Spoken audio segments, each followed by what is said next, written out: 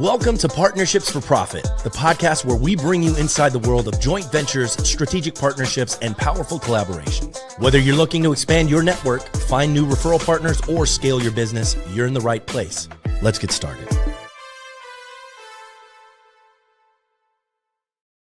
On this episode of Partnerships for Profit, we are joined by K'Lee Terrazas, the brains behind Legal Lead Sharks podcast and Intake EQ. If you're a law firm owner tired of missing calls, wasted ad spend, and clunky intake processes, K'Lee's AI-driven systems are about to change your game. From crushing Google ranking to automating intake and human-sounding AIs, she's all about scaling smarter, cutting overhead, and reclaiming time. So welcome to the podcast, K'Lee. Thanks for having me. I'm excited to be here. Absolutely. Give me kind of the quick background. What brought you into kind of that AI world? Obviously, this hasn't been around that long, but long enough that you've probably jumped in way before us. Yeah, for sure. So it was a bottleneck that brought me into it. When I started working with law, so I've had a digital marketing agency since 2016, worked with all businesses, primarily service-based businesses. Picked up my first personal injury client several years ago, almost 3 years ago now, and just loved it. I was like, man, this is high stakes. You know, it's aggressive, competitive. So when I started running Google Ads at that level, personal injury is the most expensive on Google Ads. I very quickly found my first bottleneck, which was intake. And I've talked to a lot of people that work with legal, and they'll all tell you the same thing. Like, either a law firm's spot on or their intake sucks. There's really no gray area, just to like put it bluntly. Yeah. So as I'm generating this massive flux of leads, and of course some are going to be amazing and others are going to be the wrong vertical, and then some are just going to be off the wall, crazy, wrong. Yeah. That's the way it goes when you cast a wide net. And so I'm listening to I had the attorney come back to me. I can see what Google shows me, right? So I can see what people are searching when they click. Everything was looking great. I had the attorney come back to me and he's like, K'Lee, these leads suck. And I was like, wait, what? So the very first thing I thought of is I need to be listening to, they record their calls. I'm going to jump in and listen to some of these. Yeah. And within 3 calls, I had identified why the leads were sucking. And so I decided, okay, well, let me test this myself. So I did a blind shop, if you will, on their intake. So I called on a Saturday morning. Notorious, the overflows and after hour calls are going to be the worst. Ironically, though, this was his intake still answering, not his overflow call center, which again is notoriously horrible. They're in some other world, answering 50,000 calls a day, and they sound like they want to jump out a window. So I call as a Saturday morning, and I called the Google Ads number to make sure it was going to go through as a Google Ads. It populates on their phone. They know it's a lead. And it rang for almost 2 minutes, which again, I was like, you've just lost. Like, they're going to hang up and call the next person. The guy finally picks up and he just said, hello. And I was so startled. I pulled my phone away from my face thinking, did I dial the wrong number? So I said, is this XYZ law firm? And he said, yeah, can I help you? And I was like, it was even worse than the call recordings I listened to. I was flabbergasted. I thought, no introduction of yourself, no asking who I am for lead intake, because that's what this is. Yeah. So I got about 4 of those recordings. And instead of me pointing the finger back at the law firm saying, well, my leads are good, but here's the problem, I just emailed them the recordings and said, let me know what you think about these. And we identified the first bottleneck. So ironically, my husband has experience. He had managed a very large call center, took it from worst in class numbers to best in class numbers. So I pulled him in and said, I need to train these intake. This is 2 years ago. So I'm doing this. So it's a white glove service. I'm going way above and beyond Google Ads agency here because I want to keep clients and I want them to see the results. So I pulled him in and said, what do we need to do? Not only to train their internal intake, they've got to switch the mindset. This is not an intake call. This is a sales call. And it's a very expensive $100 to $500 click sales call that could be $1 million case. So we need these people to sound like the best salesperson at the best company out there. Or at least know their name. Right. Right. Yeah. So we did a lot of training. I did a lot of legwork, and it was almost impossible to get after hour call centers at $2 to $5 a minute to sound anywhere close to what I would say is a good intake. Yeah. And so about a year ago, when AI really hit the scenes, I was like, I'm going to figure this out. But they have to sound like a real person. Yeah. And we have our AI agents. Not only do they sound real, we can do Southern accents or, New York accents or women or men or young or old. We can do all the things, but there's background typing noises and background call center noises too. So it really feels like a real person. Yeah. And then their job is just to very quickly identify the key, qualifiers for a personal injury firm. Were you in the right state? Essentially, were you in the right state? Were you injured? Do you have an attorney? Are you seeking medical treatment? Was it your fault? Okay, let's get you to the lawyer. Or you're not a good fit. So here's what we recommend. And we train our agents to be able to say, look into the bar association, or if it was your fault, I'm sorry, we can't help you with this case. Very empathetic. And they could take 500 calls in one day and have, at the same time even, and have that same level of empathy with every single one.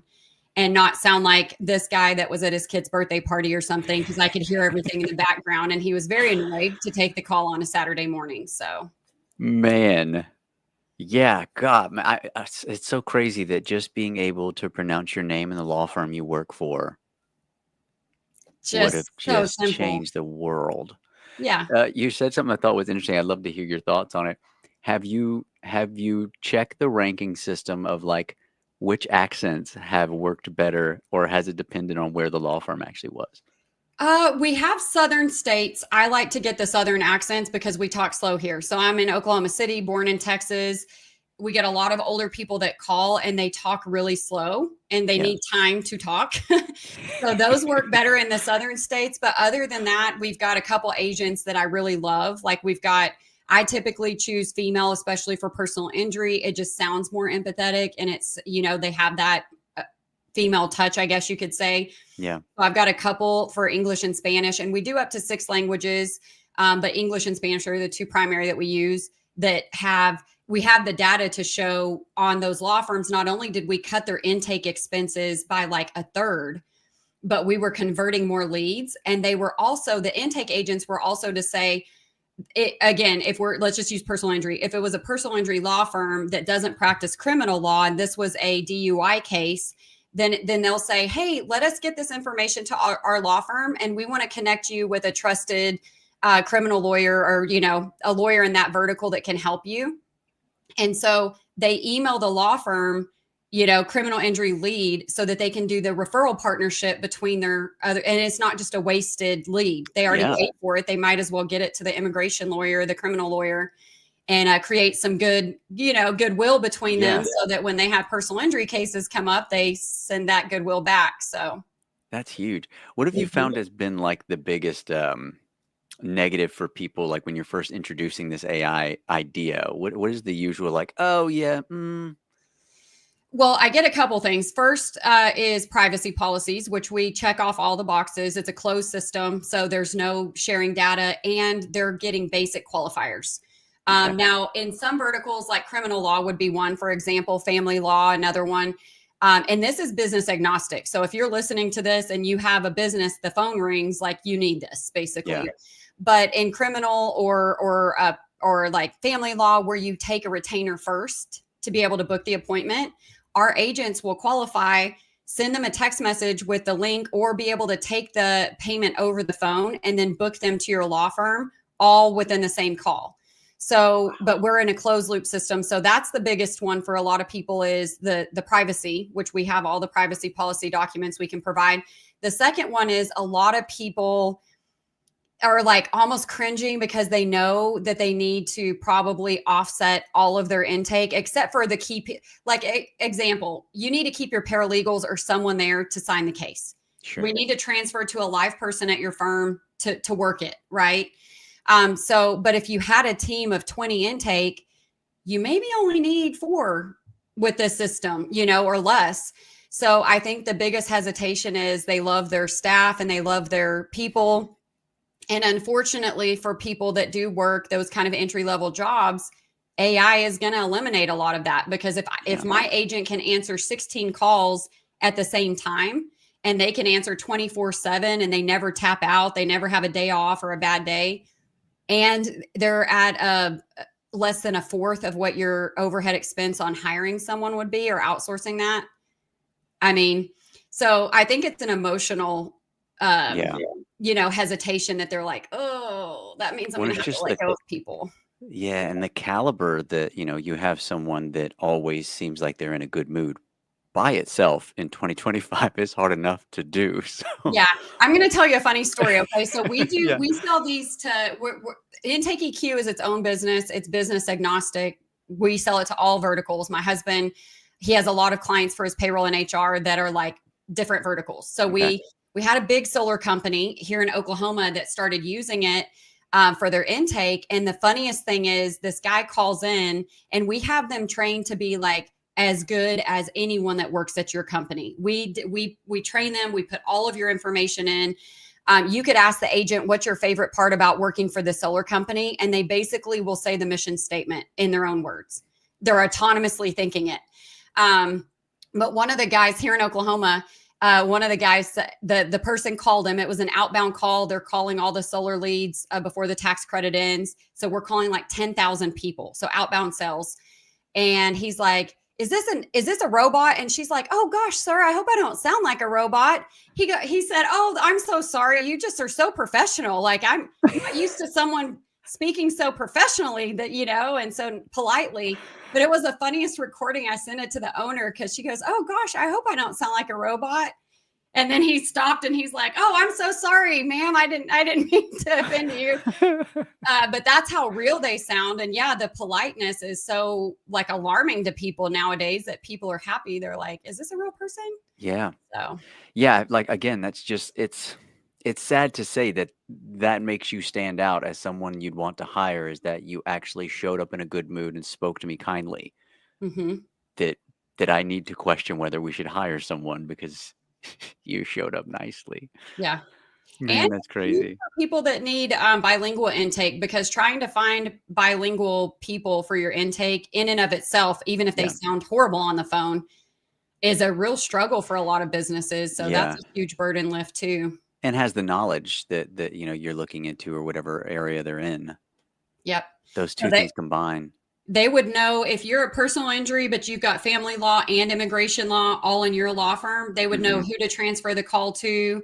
They know everything about all the lawyers and paralegals' names. They know, it literally is probably smarter than most people working at your firm, because it has everything about your firm. How many Right. your stats, your wins, your losses, all your Google reviews. Like, it pulls all the data that we have on your company, and it knows it all. So it's pretty crazy.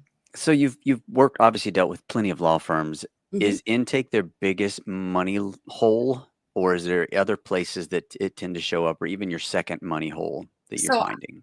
I'm going to tell you, if I zoomed out on everything, because when I got law firms and I decided to niche down, and again, I do help other service businesses too, but really I focus on legal. I started reading all these books on how to grow your law firm, how to scale your law firm. Mike Morris, Fireproof, his story about how he went to like the $1 billion, whale that he is in Detroit. And I started realizing a lot of other blind spots that I didn't know as a marketer that a law firm would have. So I zoomed out, because if we're just talking, let's just say Google Ads specifically, that's very narrow. But my mentor that trained me on Google Ads, he has 2 7-figure Google Ads agencies, and he deals a lot with like e-com. But he said, K'Lee, I can put it down in one sentence. I can tell you in one sentence the people who invest in Google Ads and win, and the people who basically, who is it a money printing machine for? Who is it a money burning pit for? And he said, it's the people who know their numbers that win. And so a blind spot I see when I talk to law firms on a discovery call, I just talk very surface level numbers about Google Ads, and they have no idea what I'm talking about. They get a report at the end of every month. They're looking for green and red, because on Google Ads, there's so many acronyms and so many little things in marketing. It's like legal. It's like, what are you talking about? Just layman's terms here. Are we doing good or not? Yeah. But none of them know their numbers. They have no idea what is an average case value on commercial motor vehicle versus slip and fall case. They have no idea. And so the same thing is across the board, though. Like when I read Mike's book, I saw it wasn't just Google Ads that they have no idea their numbers on. If you looked at the operational side, what is your payroll and overhead expense percentage versus what you're spending on marketing? I did a podcast interview on my podcast with a fractional CFO. She's been in legal for over 14 years. She said the first thing she looks at when she looks at their number and zooms out isn't how much they're making, isn't how much they're paying themselves. She wants to know how much of their revenue is going towards payroll and HR and how much is going towards marketing. And she said 9 out of 10 law firms that she talks to, they're spending way too much on overhead expenses and not enough on marketing. And she said, you've got about 3 years you can ride this at this level if you don't change these numbers. So I would say, like, generally speaking, it's not knowing your numbers, whether it's your intake numbers and your marketing numbers, or on the other side on operations, like what is your overhead expense versus what your marketing expense is? And is that a healthy range that you're in or not? Do you think that becomes like a little bit of a mental barrier, or is it just like, if I don't look, it won't be real? I think it's more the E-Myth revisited. I think it's more like you went to law school, or business owners in general, because this is across That's the board. true. Yeah. You are really good at what you do, whether it's a lawyer, a plumber, HVAC, you're really good at that.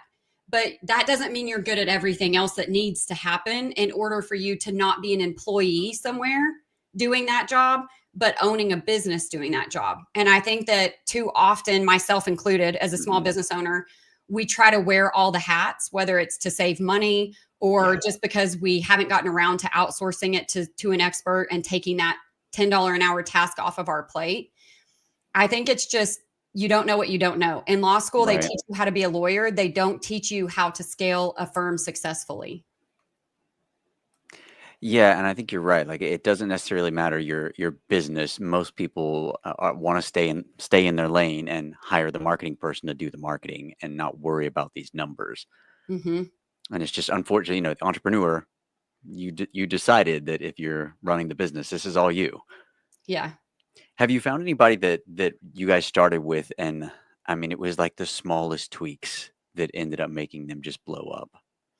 Yeah, it was kind of an interesting situation, and this was an experiment on their side. So they were a medical clinic that served personal injury cases. So they didn't take insurance. Their main revenue came from the personal injury settlements. So they came to me, and this was kind of a test, if you will. They started running Google Ads for personal injury law. They would take the medical side of it and refer out the cases, and in hopes to getting that goodwill coming back from the law firms to get more medical cases and things like that. So we started them in what my Google Ads manager, who had worked for 3 years on a $3 million a month personal injury budget, she was running their marketing for that kind of a budget. The net was way too wide.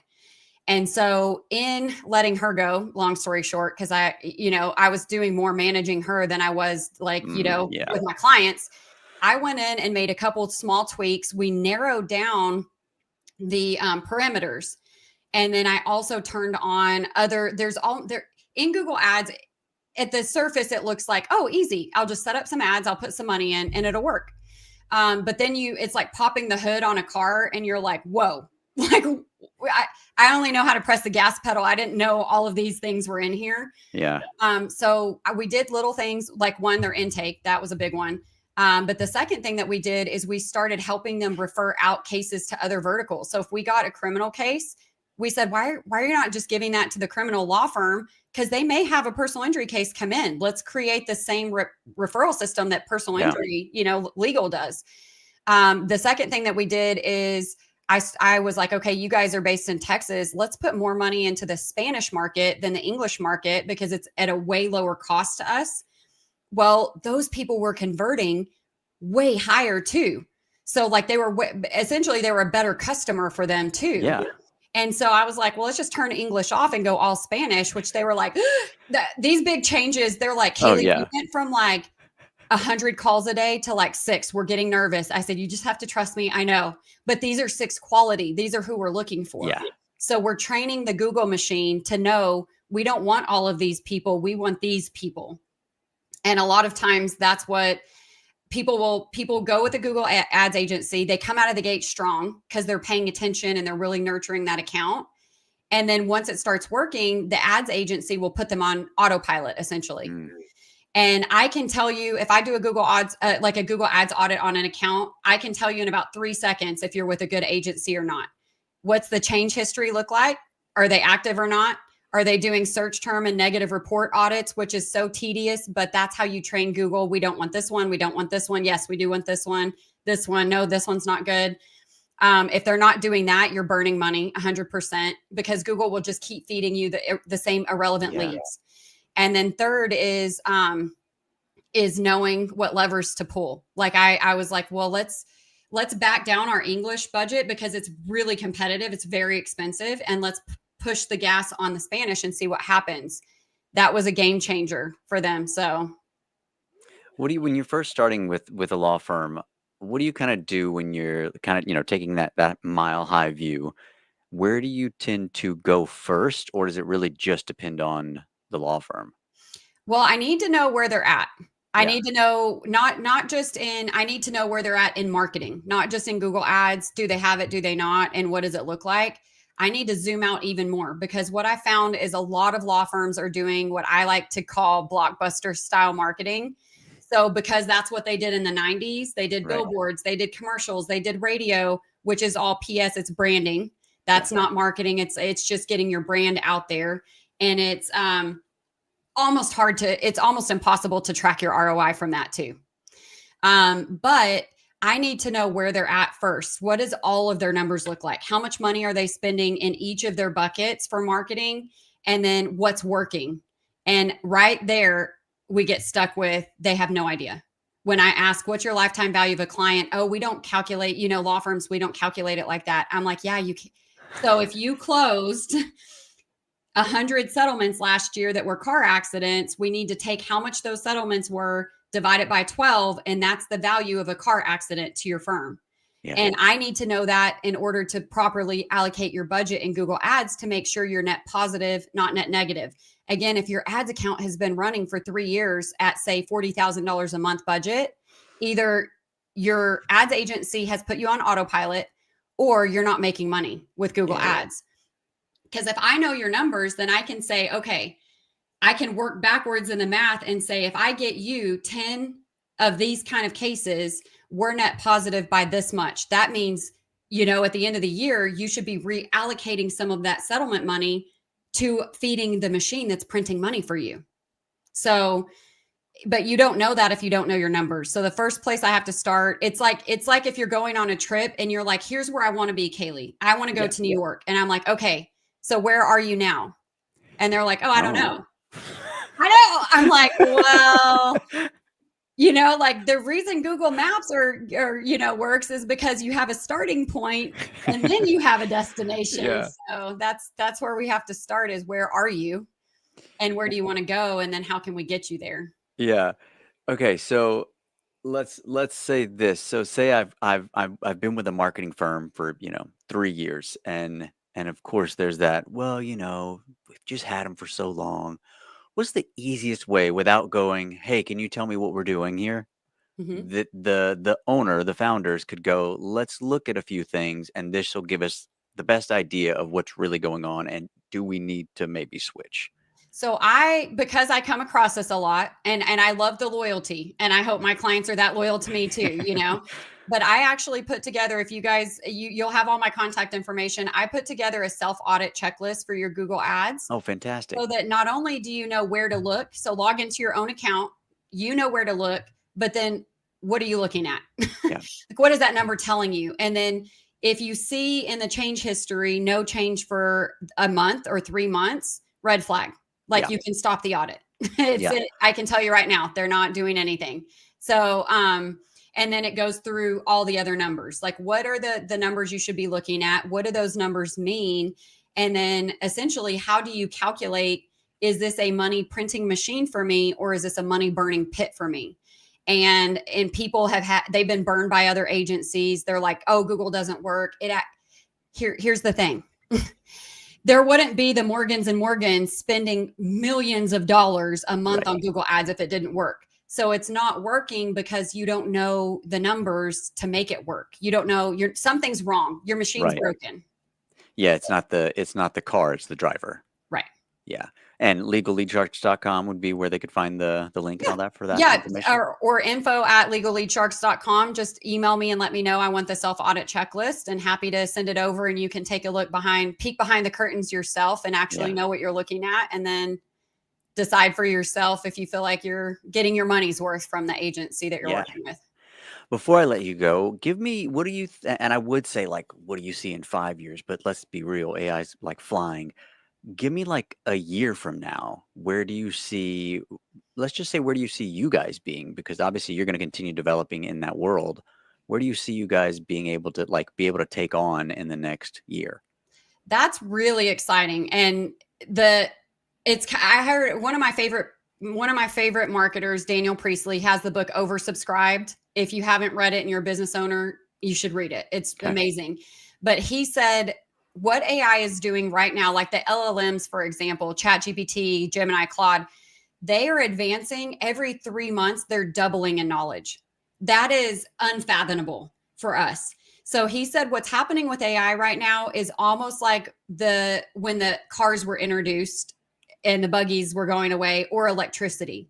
Like people are like, what's this going to change? And everyone's like, I have no idea. Like, what can you do with this electricity thing? Can you? Yeah. And they're like, a refrigerator? What's that? Anyways, what we're doing right now, we're utilizing it for systems to, like right now, I'm trying to build out an AI agent that will very easily be able to input your data, and then it gives you a dashboard or a scoreboard of all your numbers with marketing.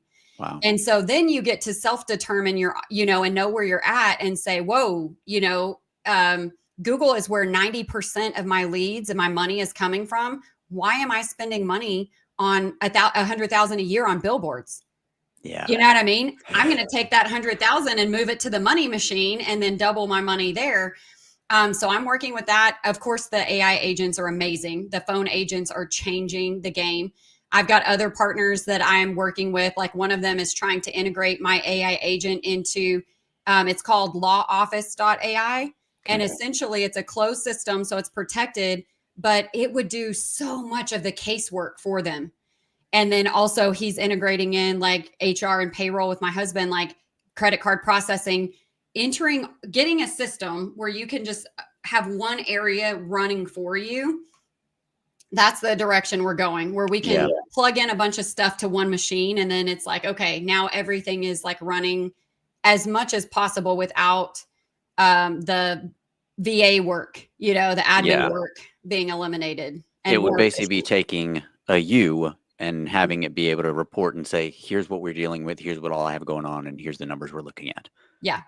Yeah. So Mike Morris, in his book, Fireproof, he said it wasn't until his father-in-law, who was a successful businessman, Mike was already making several million, but small firms still, very, very bootstrapped.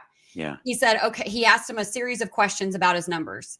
And to every answer was, I don't know, I don't know, I don't know. He said, Mike, this is like a jumbotron at a basketball game. He said, imagine you didn't have a scoreboard. You didn't know what time was left, who was winning, who's the MVP, what's their stats. It wouldn't be any fun. And you wouldn't know who's the best and who's not the best. He's like, you don't have a scoreboard. You have no idea what you're doing. You're just flying blind. So being able to integrate AI into helping law firms with a scoreboard is one thing that I'm working on now that I'm excited about. And that'll just, help secure my position with them, because it's making them more sticky to me and saying, okay, she can handle all of this stuff. And then I just know money, it's working. We're all on the green. So we're good. I love that. Thank you for hanging out with me today. Yeah.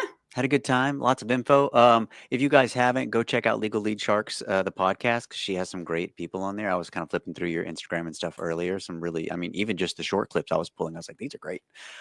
So if y'all haven't, go check it out. Best place for them to find you outside of legalleadsharks.com. Yep. Intake-EQ, which I'll give all of this information to. That's for the intake. And then, yeah, just I'm on LinkedIn. I'm really active on LinkedIn, probably the most. So shoot me a connection on LinkedIn or a DM or email, and I'm happy to connect with you guys there and help any way we can. All right. Thanks again, everybody else. Leave us a comment, a like, a share, all that good stuff. And if you're looking to build out a podcast, let us know. See you on the next one. Thanks for joining us on this episode of Partnerships for Profit. We hope you've gained valuable insights on how to form profitable partnerships and take your business to the next level. Be sure to subscribe and leave us a review wherever you listen to podcasts so you never miss an episode. Got a partnership story to share or someone you'd like to see featured on the show? Reach out to us. Until next time, keep building those partnerships for profit.